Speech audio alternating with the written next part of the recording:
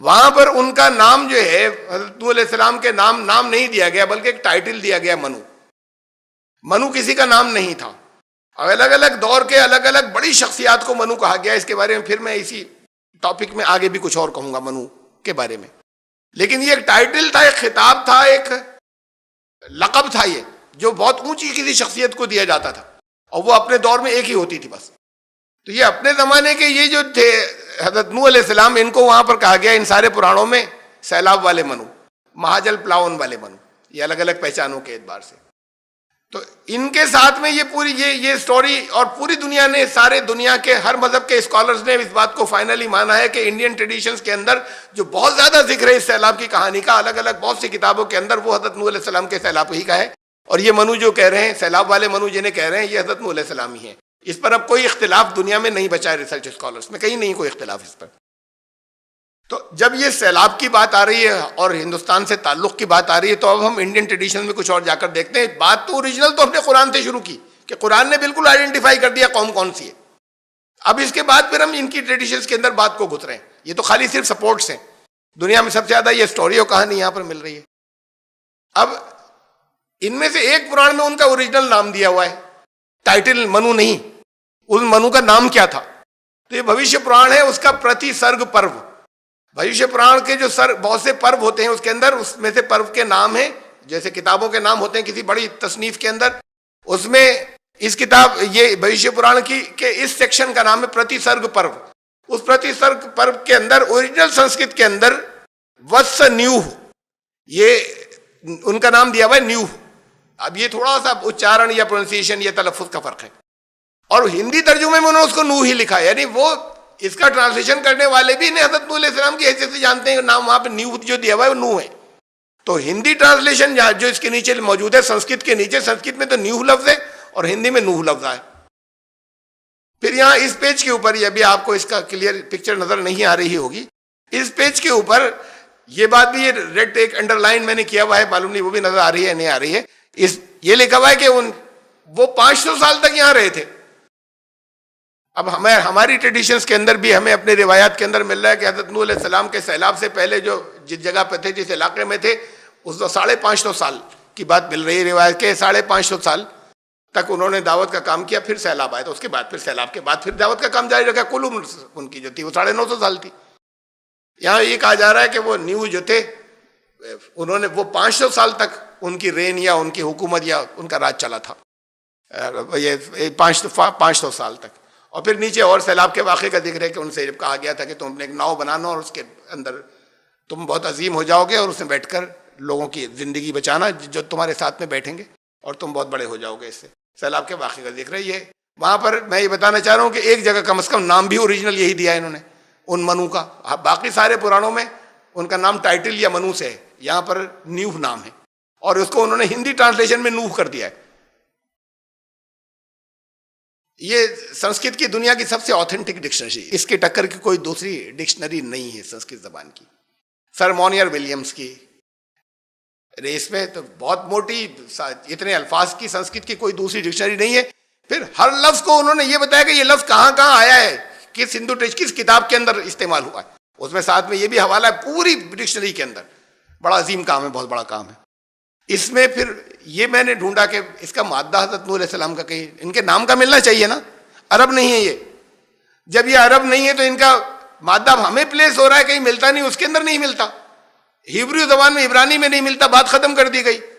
اسے سوچا نہیں گیا کہ ان کا تعلق یہاں سے ہو سکتا ہے. تو پھر میں نے سنسکرت میں تلاش کیا اسے. تو سنسکرت میں نوح کہتے ہیں کہ یہ اسم با مسمہ ہے، جس سے لفظ نوح بنا ہے، اور نوح کا مطلب ہے کشتی یا شپ. ان کا نام جو ہے وہ یہاں کی زبان کے اندر مل رہا ہے، جس سے یہ نام بنا ان کا.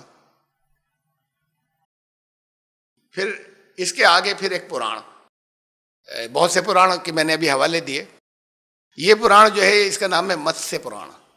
اس میں بھی بہت تفصیل سے سیلاب والا واقعہ ہے. اور لیکن اس میں ایک بڑی خاص بات ہے اس کے دوسرے چیپٹر میں.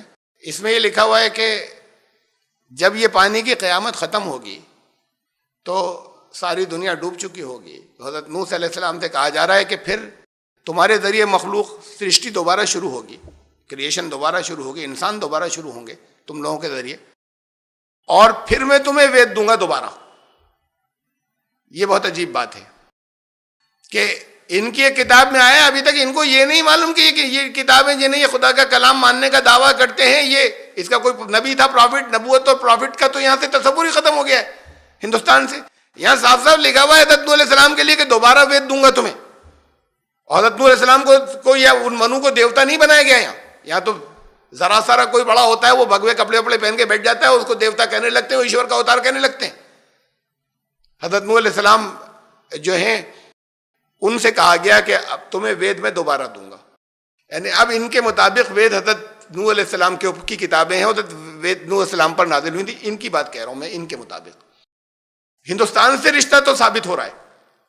اب اس کے بعد پھر ان کی کتابوں میں جانے کے بعد ہم نے دیکھا وہ ثابت میں نے صرف قرآن سے کیا ہے، وہ ڈیٹیل گزر چکی، اور جو میں نے 4 آئیڈینٹیٹیز قرآن کی دی ہیں وہ کسی اور جگہ دنیا میں اس میں ایک بھی کسی اور قوم میں نہیں مل رہی، وہ چاروں ان کے اندر موجود ہیں۔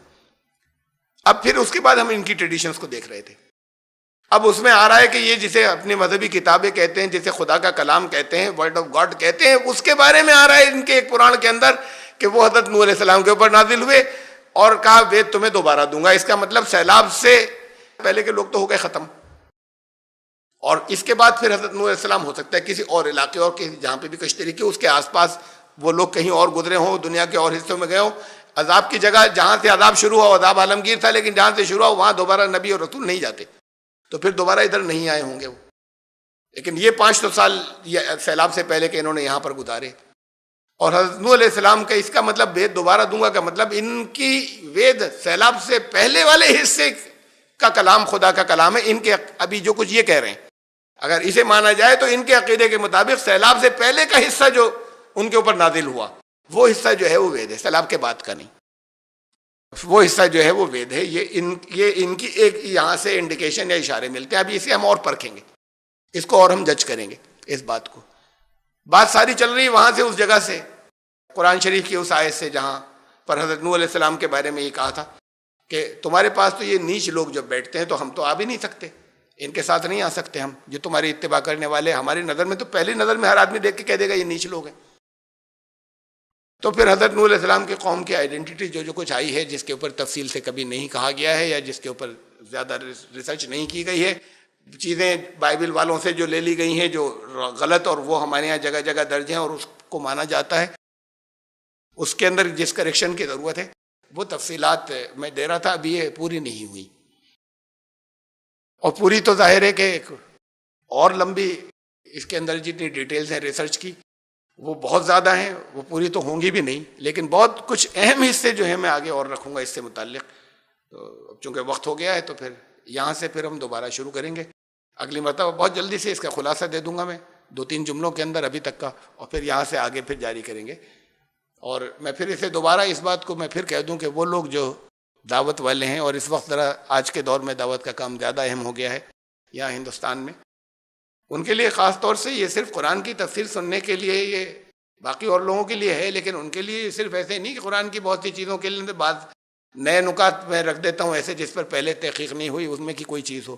یہ آپ کا موضوع ٹاپک ایسا ہے کہ اگر آپ نے پہلے بھی سنا ہے تو یہ آپ کو 3-4 بار اور کرنے کے بعد آپ کا کمانڈ ہونی چاہیے اور اس کو آپ کا ریویژن ہونا چاہیے تاکہ اسے آپ آگے کسی جگہ رکھ سکیں اور بتا سکیں اور سمجھا سکیں۔ اس قوم کا رشتہ نبوت سے جوڑنا ہے نا، ان کے نبی کا تصور نہیں کہ تمہارا نبی کون، تو ہم افسانوں پر نہیں جا رہے ہیں، بات ہم تو بہت کنکلوسیولی جو قرآن نے کہی ہے، اور بہت سے حدیث کے ثبوت ہیں، حدیث کے بہت سے ثبوت ہیں۔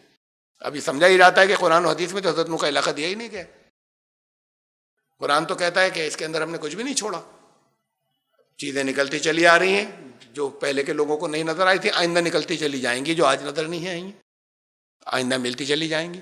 تو پھر یہاں سے پھر زندگی رہی تو پھر آگے اسی آیت کی تشریح میں ابھی یہی پارٹ کہ حضرت نوح کا تعلق کس علاقے کے سے تھا، اس حصے کی تفصیلات اور آگے چلیں گی انشاءاللہ آئندہ مرتبہ، آئندہ جمعے سے۔ سبحان ربک۔